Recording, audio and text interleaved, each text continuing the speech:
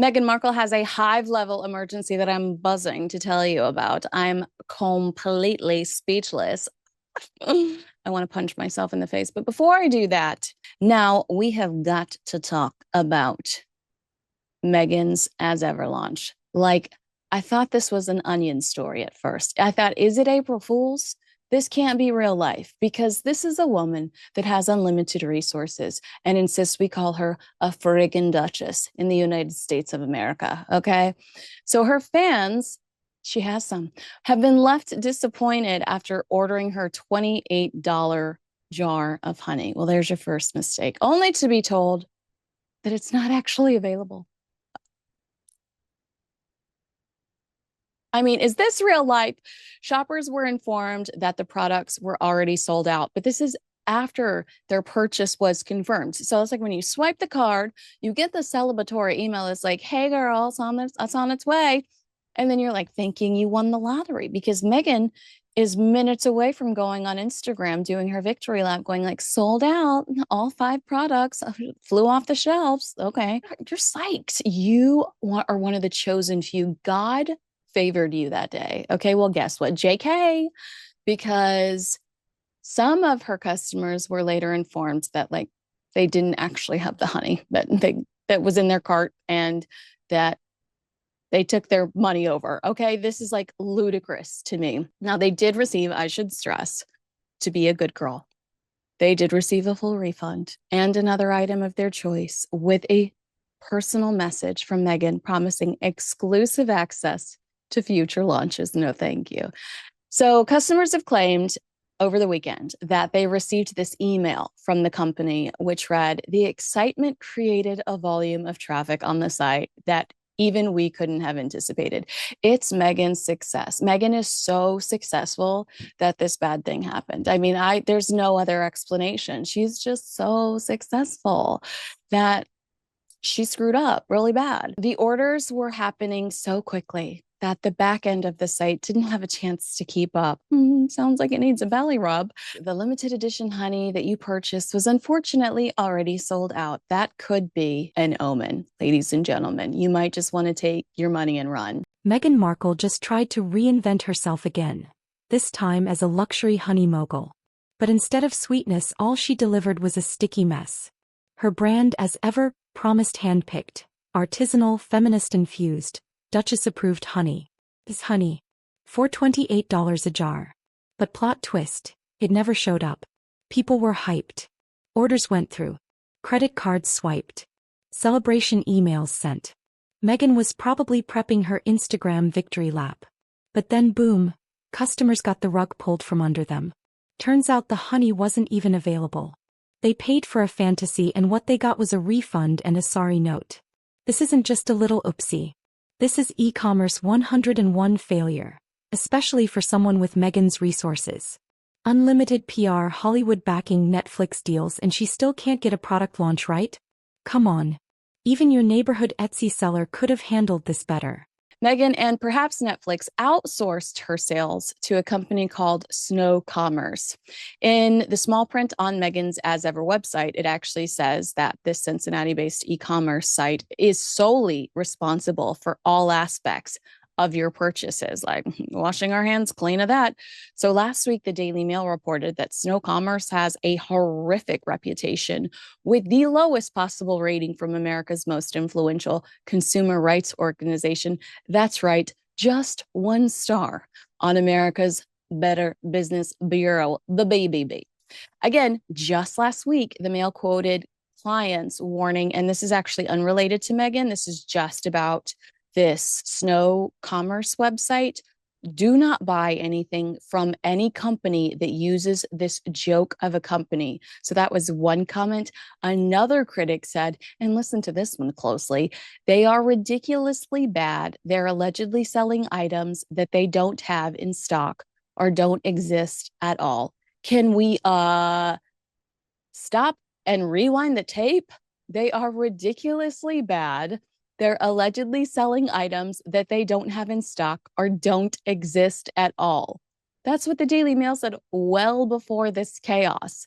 Now, Meghan's team continued in their fail mail We are working on replenishing inventory and will gladly send you an item of your choosing to thank you for your understanding. The message was then accompanied by a personal message from our founder. Oh. As Meghan penned a notice to those facing disappointment, says the Daily Mail, she said, "Dear friend, my goodness, what a whirlwind this week has been. Thank you so much for the support. It really means so much to me. I was so sad to hear about what happened to your order and then due to overselling because I am so popular." Okay, not the popular part. "We are not able to get you the limited edition, honey. Please know the team worked very hard in every department and felt just as sad when we learned what had happened." What grown-ass woman or corporation uses the word sad in their email? Let me know in the comments below. Meghan promised fans that they would be the first to receive the next item, the honey, in a future drop, saying, "No need to order. It will come to you in the mail as a gift from me." Oh, she's like Santa Claus, promising that more goodness is coming soon and perhaps diabetes. The Duchess signed off the email with her name and, oh my God, of course, calligraphy. And it gets worse. The company behind the launch, a firm called Snow Commerce, based in Cincinnati with a reputation so bad they make Fire Festival look organized. We're talking a 1-star rating with the Better Business Bureau. They've been accused of selling products they don't even have in stock. Sound familiar? So here's the real question. Why would someone like Meghan, who is constantly under the microscope, entrust her launch to a company like this? Either she didn't do her homework or she just doesn't care. Either way, it's not a good look. This wasn't just a tech glitch. It's what happens when you slap a high-end brand on a low-end operation. And guess who suffers? The fans who actually believed in her and paid the price. Literally. Now this is the part that's got everyone heated. While everyday supporters were being told, "Oops, your order doesn't exist," VIP influencers were busy unboxing their free Duchess honey on Instagram. That's right. The Kardashians and Mindy Kaling get the goods while regular fans get excuses. It's a modern-day, let them eat cake moment. Except now it's let them eat air. If you're gonna market yourself as a relatable, empowering female founder, maybe don't treat your customers like peasants and your rich celebrity friends like royalty. This isn't just a brand fail, it's a brand betrayal.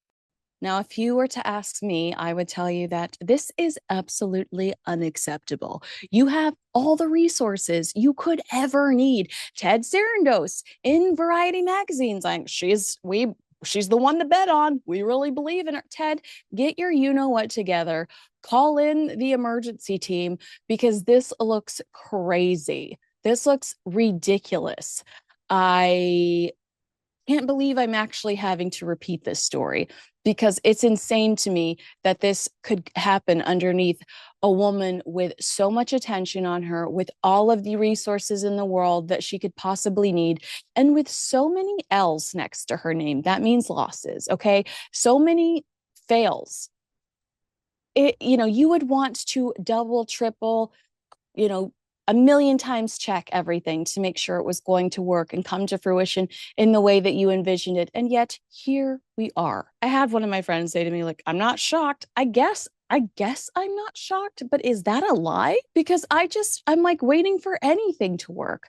You're releasing a podcast called Confessions of a Female Founder. Is episode 1 your gigantic screw up with your brand launch where were selling product that didn't exist? Because that I'd tune in for, girlfriend. Go ahead and send me the link. I'm all ears, right? But here's what I would be so mad about if I was a Meghan Markle consumer. I would be so hostile if I was paying $28 for a jar of jam. And I'm told that that jar of jam doesn't exist, but I'm watching the Kardashians or Mindy Kaling or whoever, whatever A-list star, unbox their free swag from Meghan Markle on Instagram. It's very much let them eat cake. Now, I love Marie Antoinette, and I know she didn't say that, but I mean the myth of Marie Antoinette, like peasants, the honey's not ready for you yet, peasants.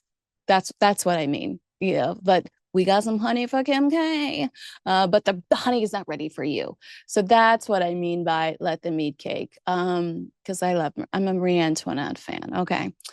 Not so much the Duchess of Disappointment. I really don't get behind much that she does these days. But let me know where you stand on this. Are you as like what the heck is going on? Is there any leadership whatsoever? Is she so busy picking flowers and eggs for her employees to send them home with because she's so nice that she's not paying attention to like logistics, asking for a friend?